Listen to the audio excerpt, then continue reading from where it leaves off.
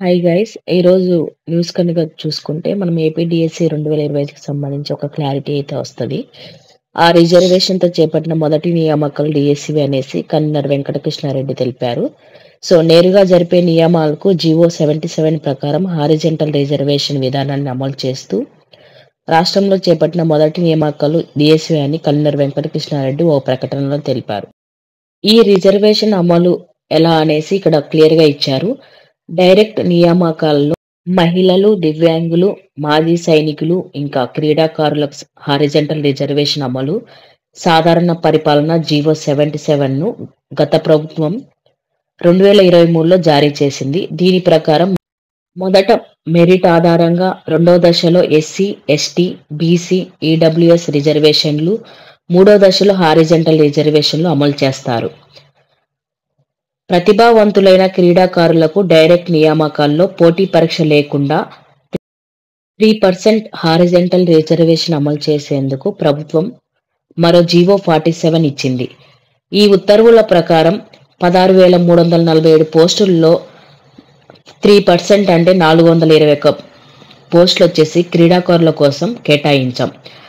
అభ్యర్థుల యొక్క క్రీడా సర్టిఫికెట్ల ఆధారంగా శాప్ ఎంపిక జాబితా ఇచ్చింది. గతంలో అమలైన ఎంపిక విధానంతో పోల్చుకున్నప్పుడు ఇప్పుడు చోటు చేసుకున్నటువంటి మార్పులనైతే గమనించాలి. ఎస్సీ వర్గీకరణ రిజర్వేషన్ అమలుకు ఏప్రిల్ 18న ప్రభుత్వం జీవో 46 ఇచ్చింది. దీని ప్రకారం ఎస్సీలకు 3 ఉపవర్గాలుగా విభజించారు. నియామకాల కోసం 200 పాయింట్ల రోస్టర్ సిస్టంలో ఉపవర్గాల వారీగా పాయింట్లు కేటాయించారు. ప్రతి గ్రూపుకు నిర్దిష్ట రిజర్వేషన్ అమలుకు 1%, 6.5%, 7.5% కేటాయిస్తారు. ప్రతి గ్రూపుల్లోనూ మహిళలకు 3% హారిజాంటల్ రిజర్వేషన్ అమలు. మనం చూసుకుంటే జీవో నెంబర్ 77 ప్రకారం గవర్నమెంట్ అనుసరించిన విధి విధానాలు చూసుకుంటే ఇందులో మహిళలు, వికలాంగులు, ఎక్స్ సర్వీస్ మ్యాన్, అలాగే స్పోర్ట్స్ డైరెక్ట్ రిక్రూట్మెంట్లో హారిజాంటల్ రిజర్వేషన్ అమలు చేయుటకు ఆదేశాలు జారీ చేసింది. మొదటి దశ ఓపెన్ కాంపిటీషన్ కోటా మెరిట్ ఆధారంగా, అలాగే రెండవ దశ వెర్టికల్ రిజర్వేషన్లు ఎస్సీ, ఎస్టీ, బీసీ మరియు ఈడబ్ల్యూఎస్. మూడవ దశ హారిజాంటల్ ప్రత్యేక రిజర్వేషన్లు, ఇవి మహిళలు, వికలాంగులు, ఎక్స్ సర్వీస్ మెన్ మరియు స్పోర్ట్స్ పర్సన్. దీన్ని బట్టి మనకైతే ఒక క్లారిటీ అయితే వచ్చింది. మొదటి దశగా ఏ పోస్టులు ఫిల్ అవుతాయి, రెండవ దశగా ఏ పోస్టులు ఫిల్ అవుతాయి, మూడవ దశగా ఏ పోస్టులు ఫిల్ అవుతాయి అనేసి.